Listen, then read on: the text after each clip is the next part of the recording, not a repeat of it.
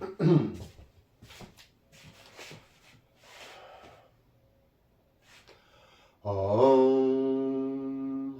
Om, Om. Om Gam Ganapatiye Namaha. Om Gam Ganapatiye Namaha. Om Gam Ganapatiye Namaha. Om Brahma Mira Striparam Takare. Banushashi Bamisito. Buddha Sha Guru Sha Shukra. Shani Rahu Keteva. Sarve Graha Shantikara Bhavantu. Om Om Hring Gurave Namaha. Well, greetings and welcome to another episode of Cosmic Kev 100. And this is your weekly astro video zine where we take the planets, the houses, sometimes referred to as babas, and the planets are referred to as grahas, and then the signs of the zodiac, sometimes referred to as rishis, and then just try to make sense of them in accordance with your rising sign, mainly, or your moon sign. And then if you don't know either of those, then all you got is your sun sign. And so that's okay. We're all here. We're here for the learning. To know your rising sign, you have to know what time you're born.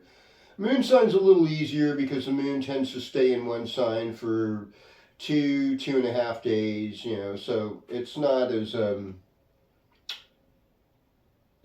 hard to get the moon sign. Anyhow, this is for the week, beginning with the weekend, beginning with Friday, which is March 29th, 2024. So what are we seeing here? Well, we're in eclipse season, folks. This is the middle of two eclipses. We just had the lunar eclipse, which wasn't so precise, but it was really interesting to note that when the moon did get totally conjoined with K2, that's when we had the Key Bridge go out in Baltimore, and very shortly in Cuyahoga County, in Cleveland area, we had a fire underneath a bridge. And it's just it's interesting to see this. Now, looking at those two things, what I want to say is how important bridges are. How important is it that we are able to make connections even with people and things that are opposite to us? And one of the things I learned from, what I call the damn panic, some call it the lockdown, some call it the pandemic, it's just like, there was an intentional, you can't go to church, you can't be with your people, you got to stay home because we're all afraid we're going to get each other sick. How we had a society that made us enemies with each other, because they know that when we're all together, we become so powerful. So powerful. And part of being together requires tolerance. It requires a unity and an ultimate purpose. Like, let's say we all want clean water. Well, we have to unify in how we do that. Now, if your parents are getting money from a company that makes a weed killer that's polluting the water, suddenly your livelihood is in danger from clean water. I mean, you might die from the poisons for the company you're working for, but do you understand what I'm saying? These are the little steps of how we bring the divisiveness into situations. Now, this weekend, looking at the sky, we would see the moon in the constellation of Scorpio. And the part of Scorpio that we're going to see the moon in is a lunar mansion known as Anuradha. Okay, so Anuradha, it's ruled by Saturn, even though it's all within the constellation of Scorpio. And this part of my forecast is sidereal. This is what they do in India. This is called Jyotish.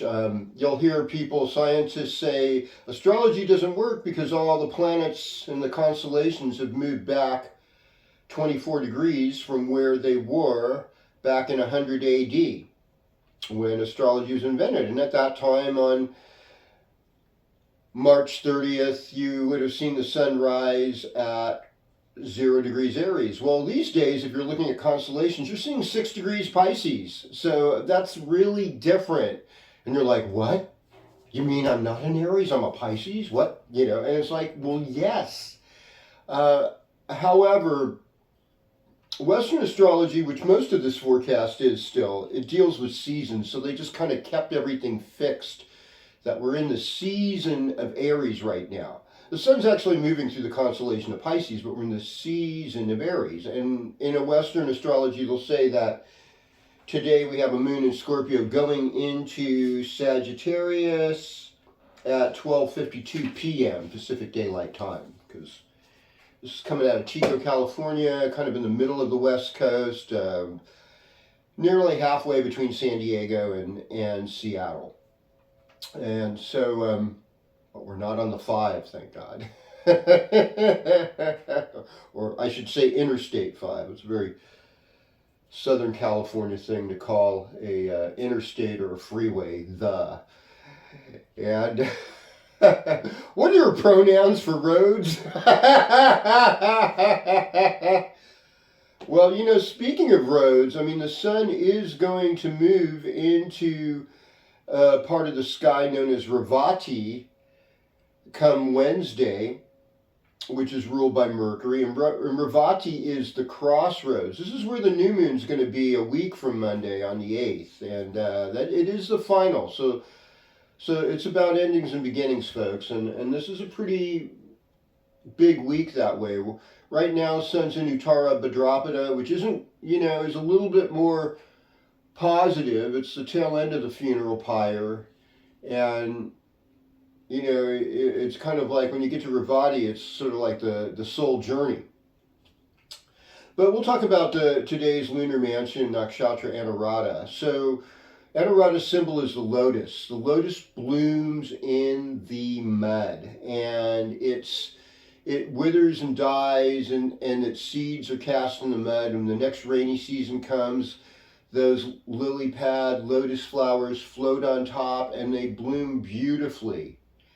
And then seeds are cast in the mud again. And so we constantly have to die and be reborn. That's the whole theme about Anurata. And it's all within the constellation of Scorpio, which, you know, rules transformation. Also, K2, the south node of the moon, is related to Scorpio. And K2 are things that we can't recognize with our logical mind. K2 is the body without a head. It's all about gut feeling. It's all about intuition. And it's all about our subconscious and the karma. If you don't believe in karma, let's just look in the Bible about whatever a man sows, so shall he reap. You know, we do things, everything we do has consequences. And although I do believe in the forgiveness of sin and that, you know, a guru can take on your bad situation and you can be forgiven and that Jesus does that, there's still lessons we're going to be taught, you know, because everything we have is with a great price. And I'm just grateful to the Creator that He's given me a chance of life and to share this information with you. Now, Radha was, I believe, was a married woman actually, but she was fascinated by the vibe of Krishna.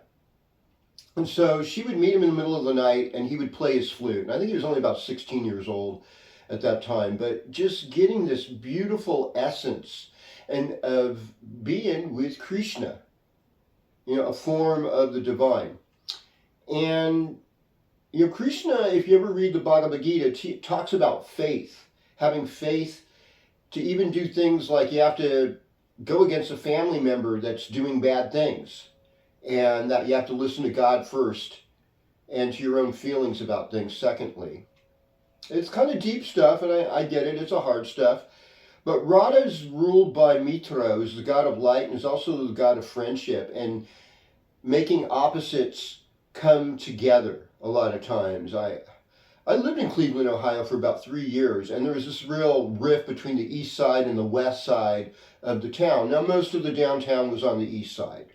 And, you know, a lot of the history, but it, you know, it's spread to both sides. The weather on the east side, you kind of get into the Allegheny foothills almost on the east side, and there'd be a little more snow a lot of times from the lake effect in the winter.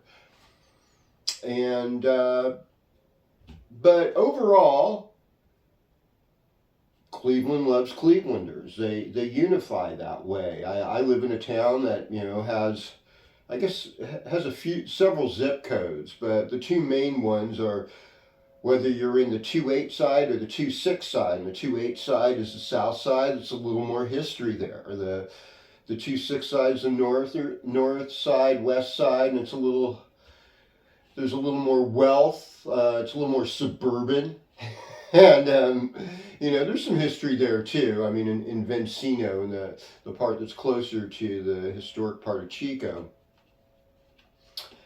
But we make friends, and the thing about Anarata is like somebody who maybe lives in Philadelphia and they have to do work in New York, or someone who lives in Richmond, Virginia has to do work in Washington, D.C., or someone in Chico that's doing work in Arcata, Eureka, having different relationships with two different cities. And so part of the Anarata experience is to bring wealth, to bring happiness and good relations by merging opposites and merging people who are on two different sides of a situation. And so, in the United States politics, as I call it, they're very focused. I never understood why people stayed with the two-party system, especially like you older baby boomers, that you were going to change the world in the 70s, after the 60s, and when she became establishment, everything was going to get better. That did not happen. You were even more selfish than your parents, a lot of you. I mean, I can't believe it. And you're still fixated on the old two-party system. You didn't all become peace and freedom or libertarians or Green Party. No, no, no, no. You stayed with the money, with the central bank influenced parties. Wow. Wow. Can't even give a little bit of change a chance. If you're stuck, you're being stuck as a choice. That's what I'm going to say in any situation beyond politics. So I think a healthier look is let's give somebody else a chance. Let's get out of this horribly toxic paradigm that we're living in that finances wars, discrimination, ignores pollution, ignores national security, and just goes for whatever is going to line their pockets and their investments. Okay, I'm off of that. Anarata, I don't think Krishna would be very happy with the way we're running things, with this discriminatory exclusiveness that, I mean, maybe to the founding fathers, they would view those two parties as treasonous today. I don't know. I'm not one of them, but it's fairly horrific to see what's happening on that level. But it's also beautiful because spring is happening. None of the animals, none of the trees, they're not giving into any of this BS. They're doing better. Now we got some weird stuff happening. On Monday at 3:14 p.m., Mercury's going to go retrograde, and Mercury's already in, I think it's in Aries right now in both systems, and it had been in Pisces sidereally, which is debilitated Mercury, so things kind of get a little bit more confusing. And I mean, most of this forecast is Western astrology. So what we're looking at today for Friday is, we've got a moon in Scorpio this afternoon turning into Sagittarius. This will be like a Sagittarius moon weekend, both Saturday and Sunday, and that has a feeling of live and let live. It goes good with the Aries sun. It's fire, it's courageous, it's about circulation, it's about being in your heart, it's about having courage and demonstrating that courage. A lot of people will probably be traveling for Easter too with the Sagittarius moon. That's the other part, I think. And Anarata Scorpio also implies traveling in the two different cities. So there we go. It all comes together. So I'm going to just take it right now, sign by sign. Hey, don't forget to subscribe. I love your comments. I love you new people. Keep coming. Sean, one of my most frequent commentators. It's good to see you back there, and my other friends that are commenting. You're all adorable to me. You're important. You're my star family. So don't forget to share. Don't forget to hit the like button. But most of all, I really want some subscribers. I want to hit 1,000 subscribers, and we're getting close. I think we've got over 850 right now. Thank you. That's all I can say is thank you. And then we go right straight on to it. To Aries. So, greetings Aries, and welcome to your horoscope. Now, you're the trailblazer. You're the first sign of the zodiac. You are the infant crying out for your needs. And you want to be recognized. You know, the key phrase is I am. And so you're the flavor of the month, you know. Aries season is here. Moon in Sagittarius this weekend. It looks fantastic. You're going to do really well. April Fool's Day, Mercury going retrograde. That's where things get a little bit wonky at maybe the workplace. And it's like, just slow down. That's the thing. You know, there's always this rush when we get into spring. And winter's such a quiet season. And spring is such a noisy season. You know, whether we're talking about the birds or just the more daylight, the warmer weather, there's more possibilities. You know, it's just like, take it easy. Emerge. You know, emerge with grace. Emerge with a sense of consciousness of where you are. You know, it's like, watch where you step. Be mindful. That's it. Mars in the 12th house. I mean, it's like, you know, got to watch your back. There's a lot of karma still that you're dealing with all these, with Saturn, with Mars. I mean, when Saturn and Mars come together, folks, it is not, sometimes a lot of astrologers consider it to be a warlike formation. So that's part of what's going on. Blessed are the peacemakers. You know, and that's where we want to go with this. And speaking of peacemakers, overall, Taurus is in that category. And it's really interesting to note, you know, greetings Taurus, welcome to your horoscope. And it is interesting to note that early astrologers took Venus as the planet of war, not Mars. I mean, Mars is lord of the earth, and Mars is about, you know, working the soil, ecology, all that stuff. Venus is about our needs. It's about our desires, and it's about being creative, and it's also about being procreative. And it's a Raja planet. There's never enough procreation, and there's never enough creativity. So it doesn't satisfy. It does good things. It's a guru. It's a guru to the demons, but it doesn't satisfy. So looking at it from this angle, and I believe Venus is going to move into Aries this week, if I'm not mistaken. So hang in there on that. Yeah, I mean, well, Venus will be in Aries next Friday. So yeah, we're not going to get Venus in Aries until next Friday at midnight, or Thursday night, rather, I should say, Pacific time. So, I mean, this is the last week. Venus is in your 11th house, which is really good. This helps you make money. Venus is also at exaltation point in Western astrology. I mean, it's the same degree in Vedic, but, you know, it's 24 degrees into the future Western astrology.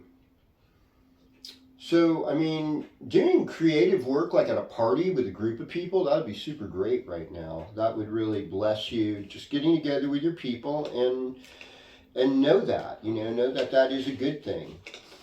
And Venus and Neptune are together. And some people say that, you know, Neptune can be like the higher vibe of Venus. It's like agape love. So there's like, you're building something beautiful. This is like a week of socializing and beautifying things. And also, you know, Sun's in the 12th house. There's a little bit of loss. There's a little bit of karma to pay, to look at. Got to look at those things. We can't deny it. Greetings, Gemini. Welcome to your horoscope.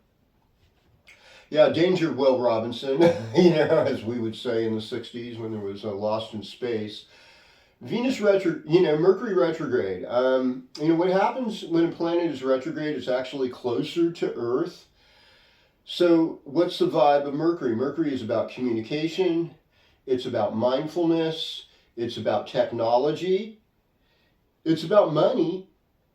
It's about sales. It's about siblings and childhood. And so these are the issues I expect we're going to be looking at, especially childhood and babies, because, you know, Aries is the baby of the zodiac. It's that place in the sky that brings us something new. Now, what we're looking at here is Mercury in the 11th house. And that's your social life. It's also older siblings. It's also people from work that want to help you. It's like fortunate relationships, and it can be parties and get-togethers.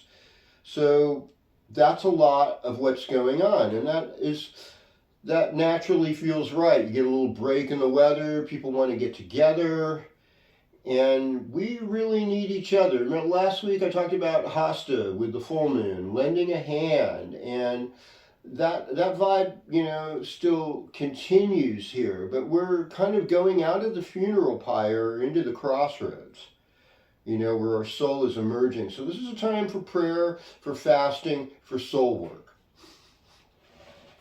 Greetings, Cancer. And let's talk about your horoscope. So, wait a second here.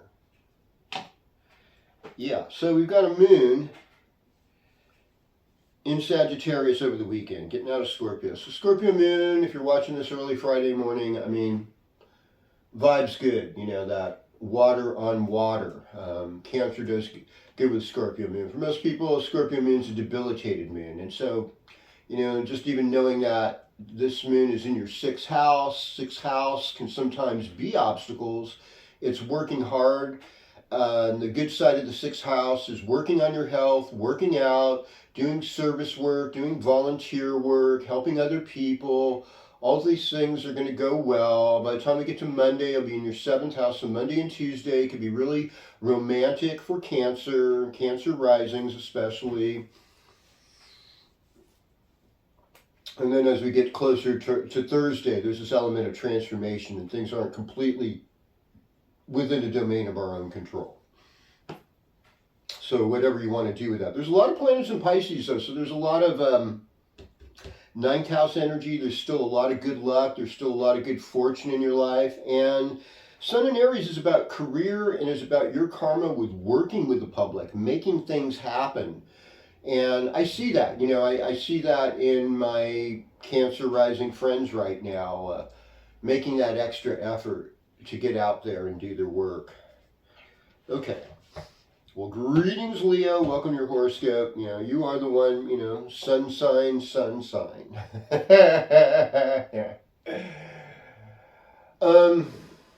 Aries time is it's a high vibe in time for you because you're a fire sign and Aries rules your ninth house. Ninth house is our teachers, it's our fathers, it's foreign travel, it's exotic information, it's higher education, and it's also considered to be, in some ways, the luckiest house in the zodiac. I mean, there's a variety of things. You know, I often say you go through a transit like that, make things good with your father. Moon's going to be in your fifth house over the weekend. Ta-da! It's like happy for Leo. And like most Leos are thinking, yeah, it's about time because things have been rough. Well, look at the eighth house. I mean, there's still all this Pisces energy. You've got Saturn transiting your eighth house. That is not an easy transit, folks. That can be very depressing and it can feel very disempowering. It's just, you have to just kind of breathe through it, let go. Also asking for help. Anything that happens in the eighth house, there's other people. It's other people's energy, but other people are willing to help you. This is where you do good at yard sales. This is where things you didn't expect to happen will happen. And, just by being generous, kind, even during a hardship, you're going to elevate your karma and better things will happen. All right. Well, greetings, Virgo, and welcome to your horoscope. Now, for you, Aries time is an 8th house experience as well, in this sense. It's nice this week with Venus in Pisces. You're going to do some good creative work. It's going to help you in relationships. There might be some obstacles with Saturn there, but also a mature relationship, a relationship that's really structured and built on consistency can thrive when Saturn's in the 7th house. Also, Venus there, Venus and Saturn get along really well. Neptune there, if you have a spiritual relationship with somebody, that's going to make the relationship last. 8th house is a very spiritual house, though. And so just more energy towards prayer and helping others and allowing others to be promoted, lifting up others, and just kind of take a back seat, Virgo, between now and April 20th. That'll really help. And just say, it's not all about me. It's like, what's it? It's like that book, the Four Agreements, don't take anything personal, do your best, be impeccable with your word, and don't make any assumptions. And yeah, it is Mercury retrograde, but it's okay. I think it's just be patient with others, and you might have to repeat things a few times. Don't be mad. Greetings, Libra. Welcome to your horoscope. You're kind of like the elixir to Aries season, because Aries in the shadow side symbolizes selfishness, pure selfishness. I had an Aries partner once, and she was really into Ayn Rand, of all people, and she wrote this book called The Value of Selfishness. Now, she lived in a socialist state where people lost a lot of their hard-earned income, and in an attempt to make things more fair, they made things very unfair, and government control became huge. And government's not like a church or a temple. There is no moral configuration behind it. Seriously. It's most of them are businesses, actually. Governments are business, so they're just here. It's dog eat dog, folks. It's funny that even within socialist states, there's an element of capitalism. There's an ultimate element of selfishness. And Libra, you're here to bring things into balance, and that part of the thing about Libra is showing people their shadow side. It's not fun because you like to be nice and you like to do things in a group, but you're also a cardinal sign. That means you're motivated. It also means you have some kind of push. You have some kind of leadership in you. Now, Venus in Libra, and it's in your 6th house. Venus in Pisces, rather, in your 6th house, and it's the last week of it. Next week, things will. Well, we got that big eclipse coming through the United States. But you're going to have something good to share with people. You're going to have something good that's going to lift up others during this whole experience. And we need you right now. We need you because you're in the balance. That's basically what I'd say. Jupiter being in Taurus, another Venus-ruled sign. I think it's helpful, but it's also in your 8th house. And so prayer, anything metaphysical, it's doing the work, doing the light work, doing the love work. Greetings, Scorpio. Welcome to your horoscope. So you're the other Mars-ruled sign that's got this element of Pluto and transformation as well as Mars. So it's like you have like a secret weapon. And you're also a little more empathetic than Aries because you're a water sign. So you pick up on a lot of stuff. You take things on, and in a way that can halt you. It can throw you back. You could learn something from Aries and their I don't care, throw caution at the wind experience. Of course, Aries could also learn something from Scorpio and say, hey, slow down here for a second. You're getting yourself in deep water, and it might put out your fire if you're not careful. So Aries time is about 6th house for Scorpio. So Scorpio, you're going to encounter a few obstacles, patience. Mercury's going retrograde too. Other people are you're going to encounter those. You're probably going to encounter them at the workplace if you work with other people. That's where you're going to see this type of thing. But you're bringing transformation, and real change always begins within. It begins within us. And we've got Uranus and Jupiter in your 7th house, so you're kind of an inspiring person to be in relationship with right now. And I think you're making things better in the relationships. There's still a lot of planets in Pisces floating through your 5th house, so your love life is going good. Things should be going good with your children. To an extent, you just have to be consistent with the love. I think, that word, consistent, and, keep your practice. Don't stop praying. Don't stop, reading scripture. Don't stop giving to those who need help. Okay, greetings Sagittarius. Well, this weekend's made for you. Now, you've gone through a lot of inner stuff in your life. There's a lot of things that within your own soul that have really churned up and that you've had to learn from, you've had to listen to. And it's really funny. I had one Sagittarius friend that he was really upset with me because I presented information to him that was differing from what he felt comfortable with. And I think that's really true for all of us, myself included. It's like there's some information I just don't feel necessarily that comfortable with. But I also know, keep looking deeper, keep digging deeper. There might be some reason behind that. And so there is, there basically is. The reason why there's still spraying Roundup and stuff is because companies like, Bayer, Monsanto, and all these companies they're really powerful, and they hire your congressman and senator for you, and so they keep them in power because they gave them some money and they made a little deal. And that's how our representative government works. There's like the 1 out of 20 that's kind of good, maybe, at times, but, they want to, keep themselves from disappearing or being canceled or dead. They play the game with the little Luciferian gang out there. Sorry, I had to say it. Somebody had to, right? Plenty do, but But you really love freedom, and I think about some of the finest qualities of like people in the United States of America. A lot of them are very Sagittarian in principle. It's like live and let live. Love the outdoors.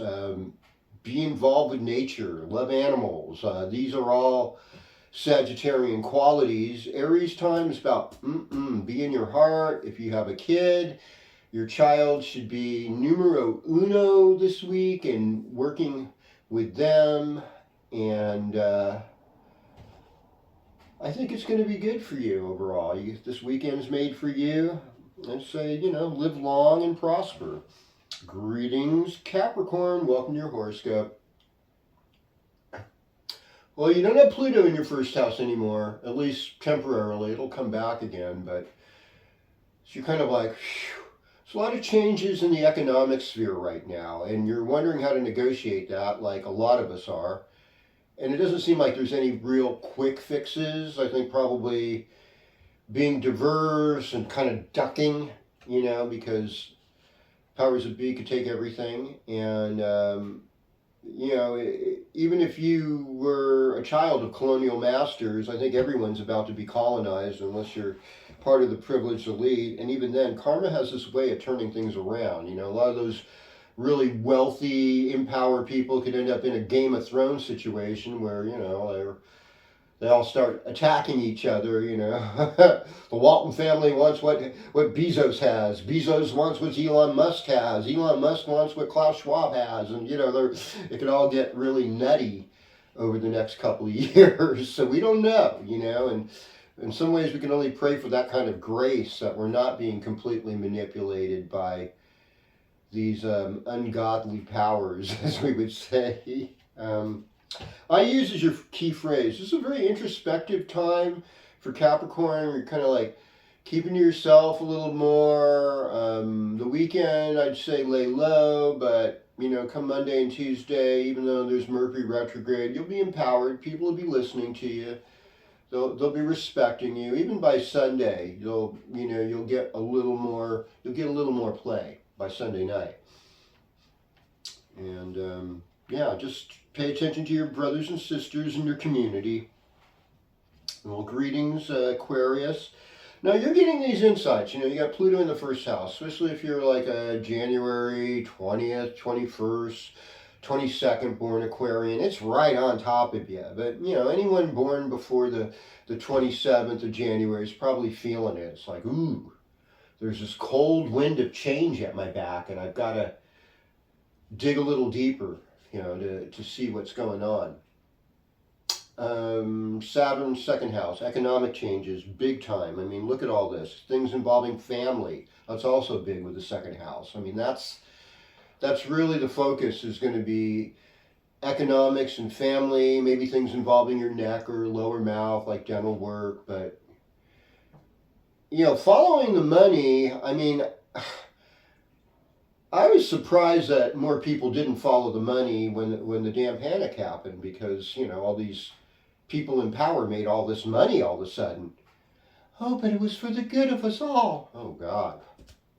Are you still there? There's people who still believe that. They will not open their mind, partly because there's a sense of buyer's remorse. They want to be able to congratulate themselves, slap themselves on the back. I did the right thing back then. Oh, my God. Yeah, right. And your spouse died of a stroke, but we won't talk about that, It's just like, no, it's not funny. It's really, it's evil, and it's evil disguised as good intentions. Yikes. That's the scariest kind of evil there is. But your key phrases I know, so you have a knowledge to kind of change these things for the better. How can we fix this? How can we get people healthier? There's people out there, many doctors, that in this situation for people who've taken these weird drugs and things in their body that are giving therapies that are proving to be helpful. So, it's not all doctors bad, or everyone who, a lot of people had to get themselves in line with this program to keep their job. I mean, that seems tyrannical in a lot of ways, but we should keep us all safe.